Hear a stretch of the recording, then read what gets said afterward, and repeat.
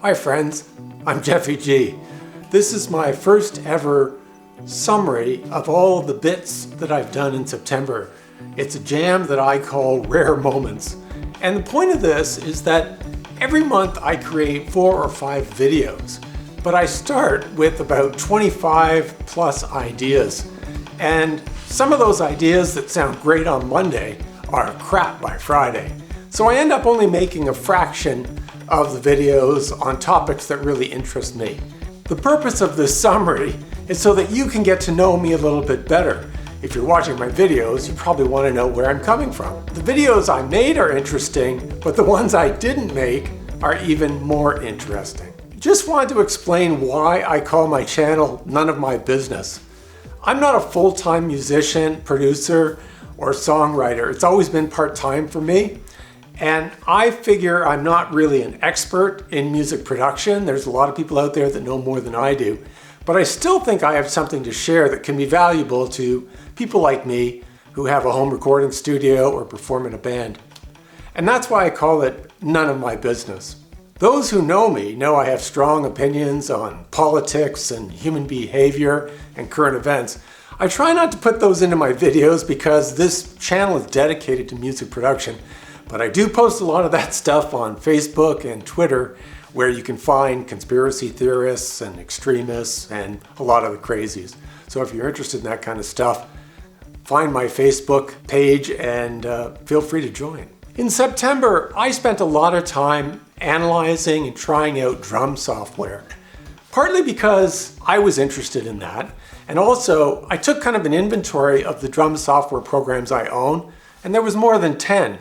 And I was thinking, I should really have a strategy here and understand what the strengths and weaknesses of each package is. That effort ended up taking way more time than I expected.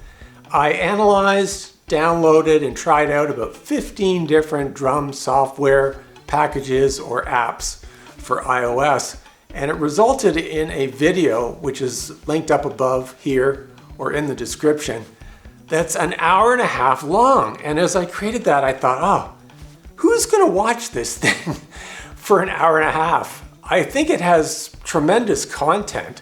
And if you're looking at drum software for your studio or your own production, it's a great video, but the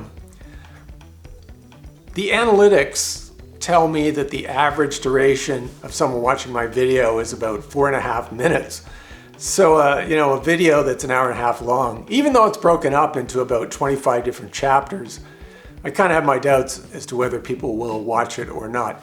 Still, I learned a ton during that effort. I own about half of those programs, and I got about another quarter of them from vendors who gave me a free version, which was really great, really generous of them.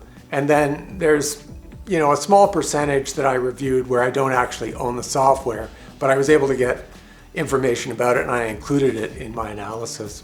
Another thing that came out of that in September is that I realized I really have no strategy for all of my drum samples. I have an extensive sample library, at least I think it's extensive, and it's around, I guess it's approaching around 300 gigabytes of samples. There's everything in there from one-shots to beats to melodic samples, but a good 75% of it is drums.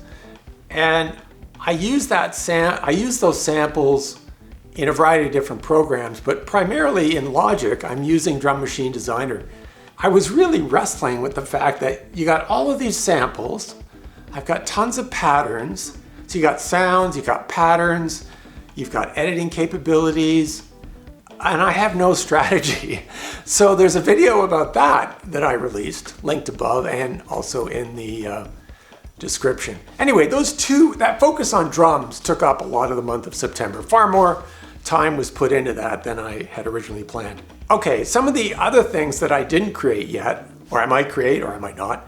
Audacity came out with a new release 3.2, and I think the biggest improvement there is that it makes better use of third-party plugins, especially virtual instruments, and that's great. Now, I've had Audacity for years. I don't use it a ton. I've always looked at it as a lightweight audio editor. It has no MIDI or anything like that, but it is multi-track. And sometimes firing up Audacity to make a quick edit to a podcast or a voiceover, that's been the most efficient way to do it. But quite frankly, I haven't used it a lot in the last few years. So I did download Audacity 3.2. It's pretty good, it's stable. If you are looking for a free audio editor and you're using it in your home studio or just for personal use, you should have Audacity. Why not? It's powerful, it's very common. Tons of support for it out there in the marketplace. Another video that I released was on the Tonex modeling software, and it's really an ecosystem that's being delivered by Akai Multimedia. At the time, I pinned it as a game changer or a Kemper killer. And as a result of that, I got tons and tons of comments on that. A lot of negative comments, actually, and reasonable. I didn't do a great job of explaining the value proposition. The other thing is, it wasn't released yet. It didn't come out until September 29th. And at the moment, you can download a free version of it from their site. It's their CS package or custom shop. It only comes with a limited number of models that work with the software. So you can try it out. And I think there's a lot of confusion. Based on the comments I received, some people said, look, I've got 2 or 3 amps that I use. I'm a guitar player. I use those amps in my effects pedals, the assortment of pedals that I own and know how to use. And they represent my own sound. Why would I need anything else? And they didn't understand the idea that you could record your own amps and pedal combinations, have that modeled, and get that as a model that you can just take with you on your laptop computer or on an iPad device. So I'm going to do a follow-up video to that now that the product is out and try and answer some of those questions. Native Instruments came out with Komplete 14 this month. I bought Komplete 13 last year on the Black Friday sale, so it was about 50% off. And it's great, but it's very extensive. I still don't really have a handle on everything that's in that package. Whenever I need inspiration, I go in there and I try out some of the instruments and I'm learning how to use all the bits and pieces. I did look at Komplete 14 and it looks really good, and I will probably upgrade to Komplete 14 later in the year when the upgrade price is about half of what it is. I looked it up, and for me, the full price was around $290 Canadian. And I figure it may be, at some point in the future, they're going to offer that at 50%. And that's when I'll decide to upgrade. One of the components of that is the new Kontakt player, version 7. And you get that for free anyway. So I downloaded that. I fired up some Kontakt sample instruments. Seemed to work fine. I didn't test it on everything, but if you are a Native Instruments Kontakt user, you might want to go out there and get Kontakt version 7. You might as well have the latest version. I was also on a bit of a buying spree, and when I do this, I'm very budget focused. I'm cheap, what can I tell you? I've had a quest going on for a 76 key MIDI controller for a while, and I finally found a deal on one. It's a Roland A33. It was north of Toronto in the middle of nowhere, but relatively easy to get to. The owner was not a musician. He just sort of inherited this keyboard, so I got it really cheap. And it was a mess. It was dusty. It had stuff stuck to the surface. And when I tested it out, I was getting some weird MIDI messages. So I brought it home. I cleaned it up. I determined that the MIDI messages were coming from a short in the MIDI in 5-pin DIN connector on the back, which I don't really use. I use the MIDI out. Anyway, I cleaned it up with some contact cleaner and the problem seemed to have gone away. So it works great. I'm really impressed with it. The quality of the key bed is top notch. I love having 76 keys for performance purposes. So I bought this primarily to use with MainStage.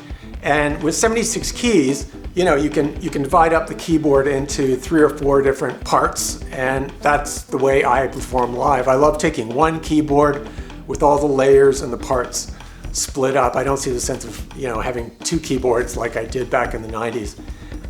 So I'm really happy with that, and I'm going to do a video on that. I think a lot of people will be interested. It's very quirky. It wasn't a popular device Roland, at that point in time, I guess it was in the 90s, had a totally different vision of how MIDI controllers would work. And I'll go through some of that quirkiness when I release that video. Another thing I bought on my buying spree was I bought a Casio keyboard for 30 bucks.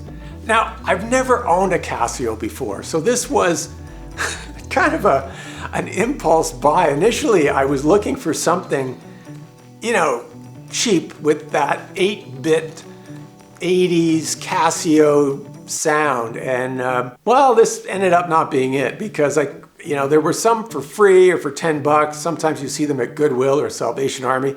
Sometimes you see them in the garbage, or you go through somebody's house and you see it sat in the corner. They bought it for a kid who stopped using it. I ended up with a Casio CTK 591, and there's a video I made for that linked up above and in the description if you want to watch it. Anyway, it was just an experiment for 30 bucks. And having never owned a Casio keyboard before, I was really surprised by the quality of the sounds. They were better, really not what I was looking for, but better than I expected.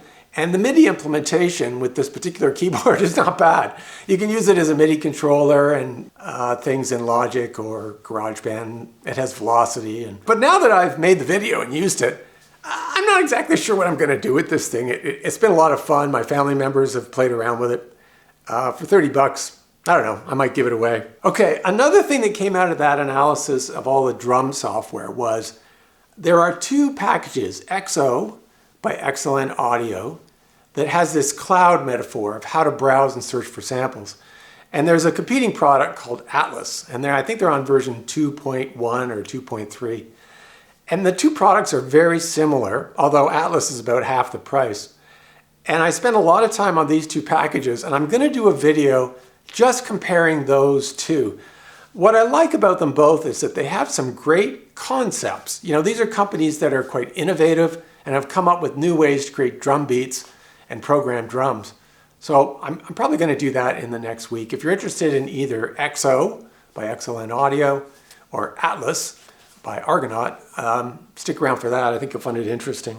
Another fallout item was I've owned Battery 4, which came in the Komplete 13 collection for quite a while.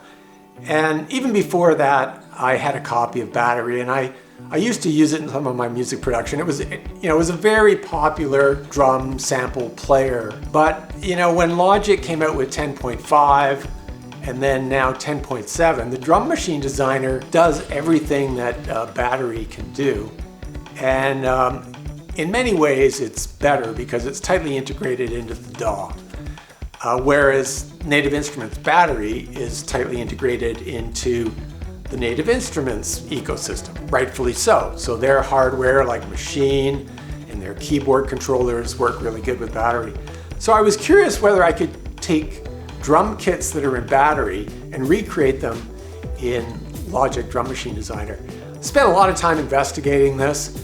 The samples themselves are freely available. You can find them in the directory for Battery in a subfolder called Sounds, and there's 1,000 samples in there, and they're labeled like Snare 1 and stuff like that.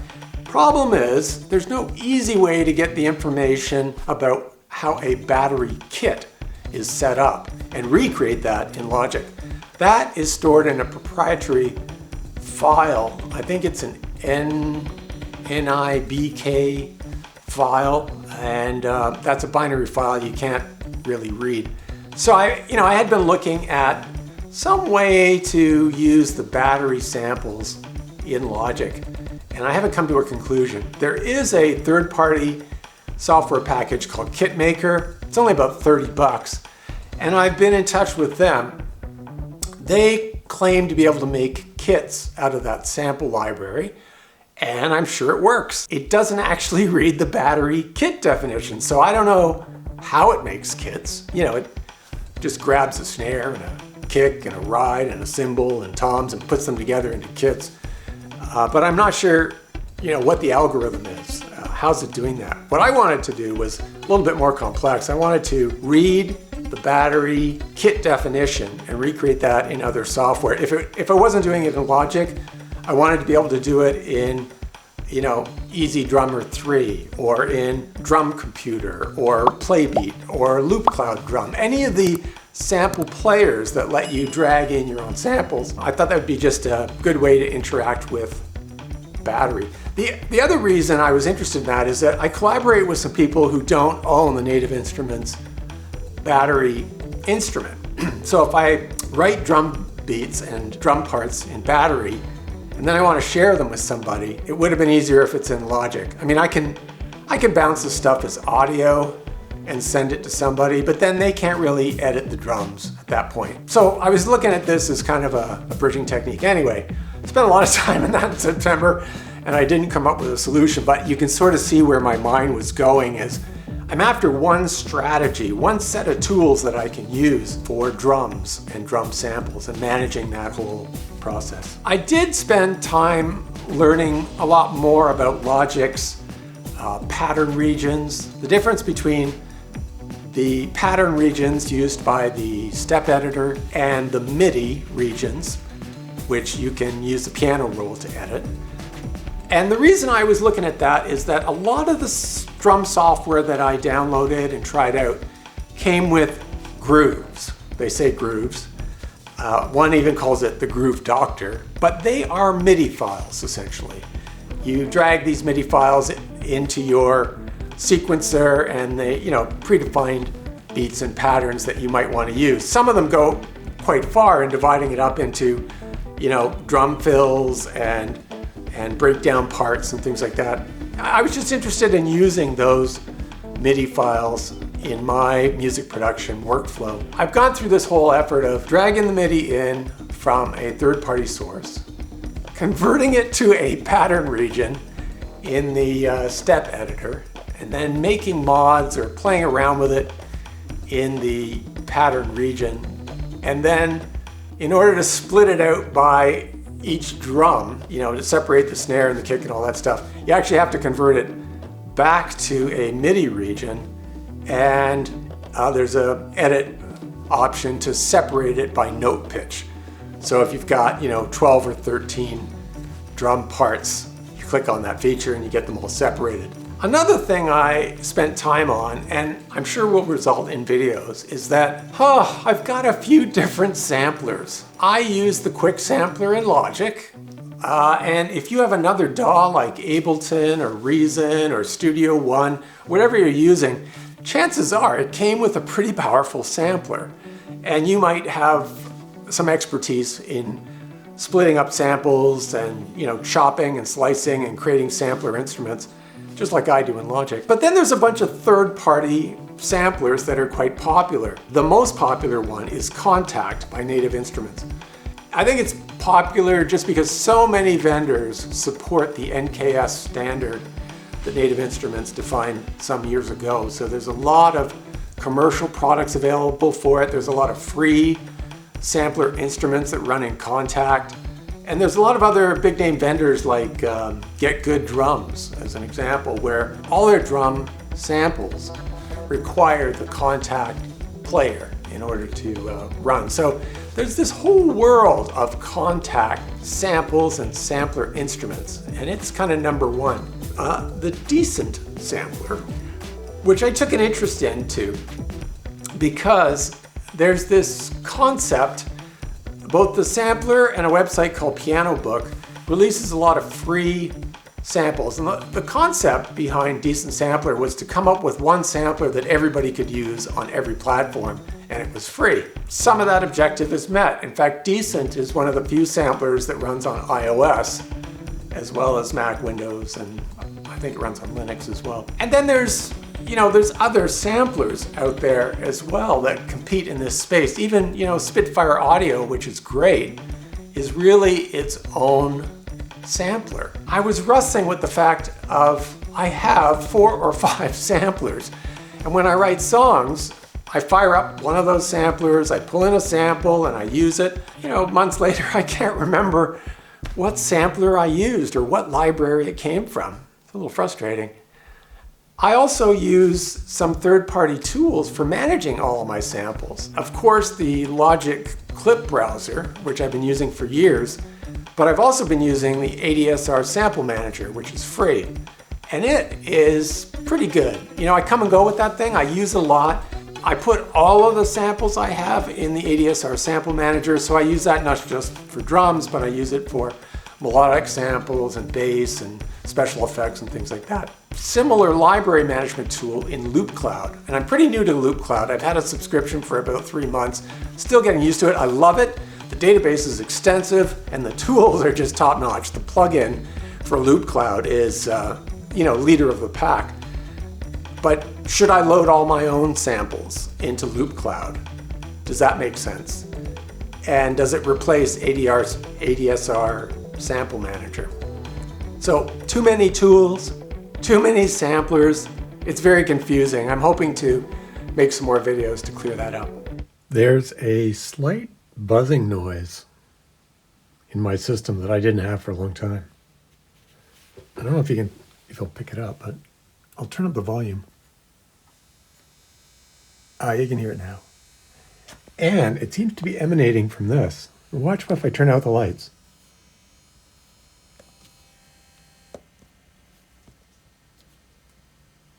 Weird, huh? Loud. None. I've traced the issue, or so I thought, back to this hub. It's an OWC Thunderbolt 2 hub. And one of the reasons I keep it is it has Firewire.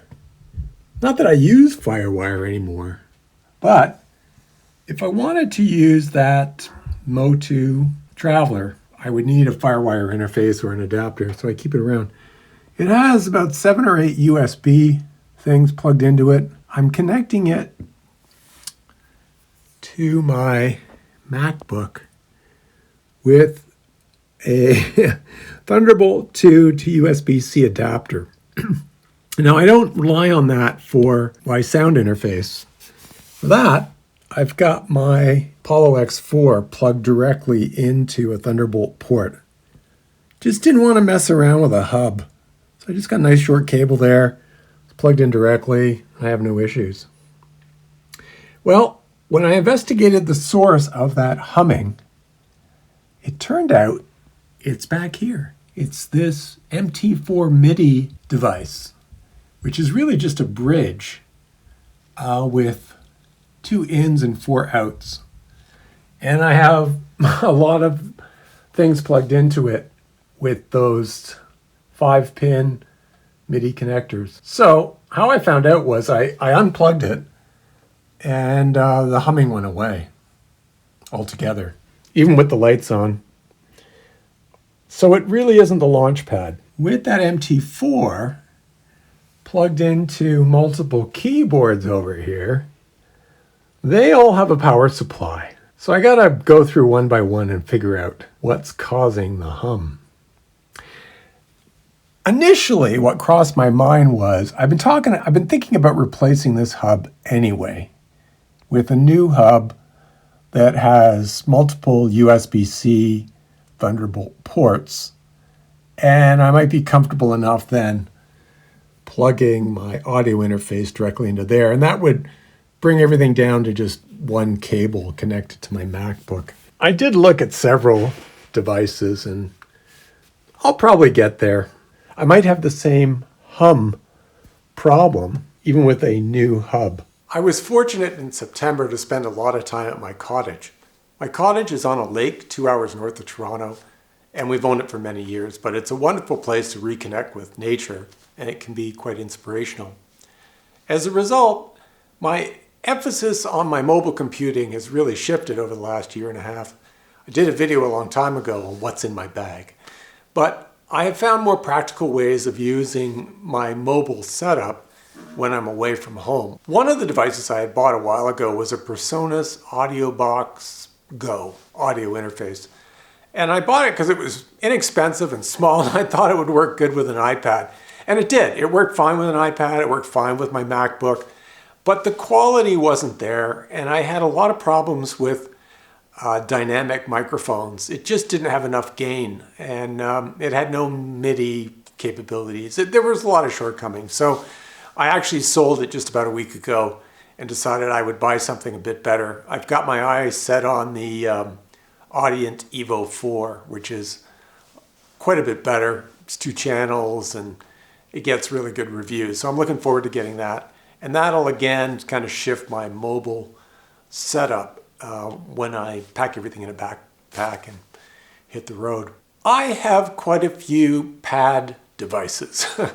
I started out with a Novation LaunchPad X. That was the first pad device I bought with its 64 pads. It's great, and I've had it for a couple of years, and I really like it. I've programmed it to do a lot of unique things. I've used it both in the studio with my MacBook, and I've also used it with my iPad. But it seemed to be a bit of overkill for the iPad, so I stumbled across an Akai MPD218, which is an older pad device. It's a 4x4 matrix without much else on it. It doesn't work as a control surface, but the pads work good. I like the pads, and it was really cheap. I think I paid 50 bucks, maybe less, can't remember. So yet another pad device. And then I used it and I liked it a lot, actually. The software for managing it is really straightforward, and it's a far more capable pad device, I think, than most people realize. So I did a video on that, and again, it's linked up above as a card and in the description if you want to watch that. But I have since been considering the Native Instruments Maschine world, and dipping my toe in the water, I was attracted to the Maschine Mikro, the latest version of it, and knew they're between $300 and $400, and they come with software, but I already have the software because I bought Komplete 13 a little over a year ago. So I was looking around for a used one, and I found one for 150 bucks, and I just bought that. So there's a whole other level of learning with yet another pad device. And the thing I like about the Maschine is kind of 2 things. If you buy into the Native Instruments world with Komplete 14 or 13, the devices work really well with their software. It's easier in some ways to take advantage of the software if you have one of their controllers or keyboards. So this was kind of my first step. I've used it a little bit with the Maschine software, and so far, you know, I'm getting used to it and enjoying it.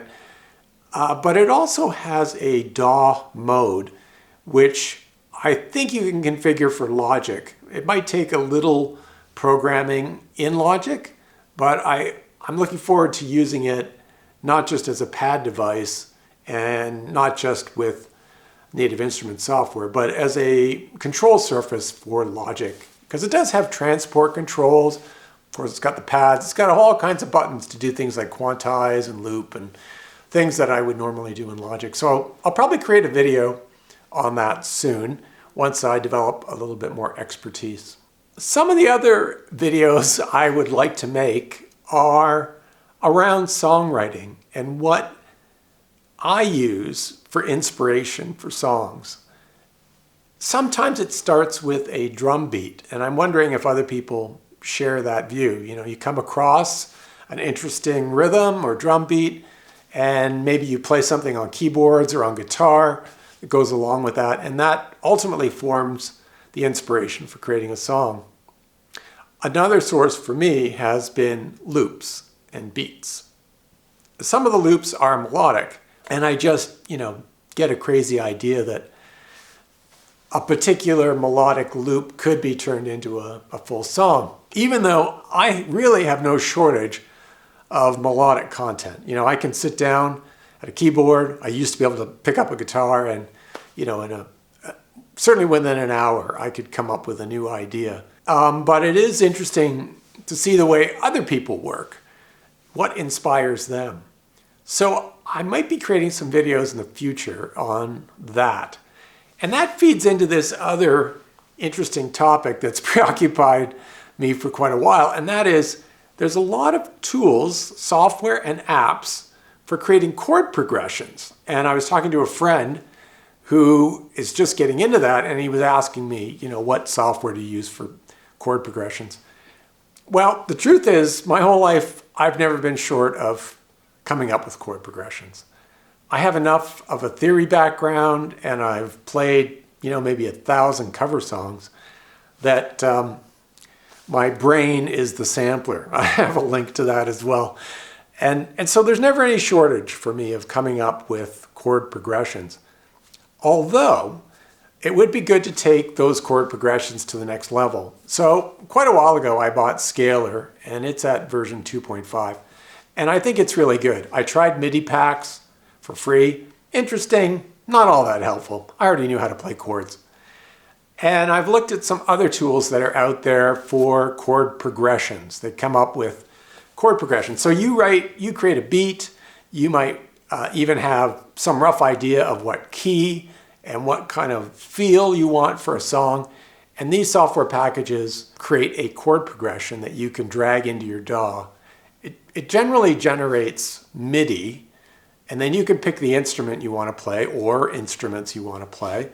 And some of them will create a bass line or even a counter melody that goes over top of those chords. So it's pretty sophisticated stuff. And I think where we're going with that is we're heading towards music that's created by artificial intelligence. And that really interests me. How much of the music we hear in the future will be computer generated versus from an artist? What's the role of the artist? At the moment, musicians are the target audience for these tools. But I could see eventually in certain places like commercial music for television and film, where it's expensive to hire a bunch of musicians, let alone an orchestra. And these tools are going to gradually eliminate jobs that musicians used to fill, and arrangers and producers and even recording engineers that did the mixing and mastering. Very interested in that trend. You can expect more videos coming on that particular subject. So that's kind of my September jam. Those are the things I've been working on. If you enjoy this kind of informal summary of what I've been doing the last month, leave a comment below. I'd like some feedback. I'm definitely going to try this for the next few months and see if people enjoy it, if the views are there, or if I get likes and comments. So please let me know what you're thinking and if this is valuable to you.